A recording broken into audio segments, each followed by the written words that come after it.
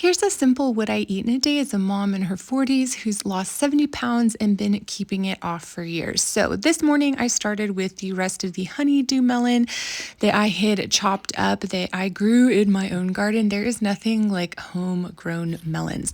So then for some morning chores, we started harvesting what we could out of the garden because we do have a big freeze coming soon and we still have a lot to get out of the garden, but this is what we pulled first thing in the morning. And then just kind of the rest of the morning, we gorged ourselves on some of the homegrown watermelon because it is so good.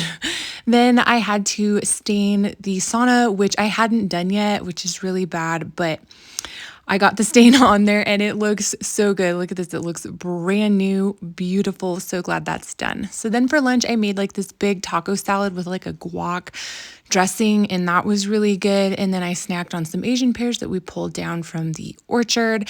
Then I kept working on the path that I have been building out to the little cottage that my husband just finished building. So I've been putting the finishing touches on that. And then for dinner, I just made loaded mashed potatoes, which are so good. It just has my famous cheese sauce on it and my ranch. Oh my God, so good.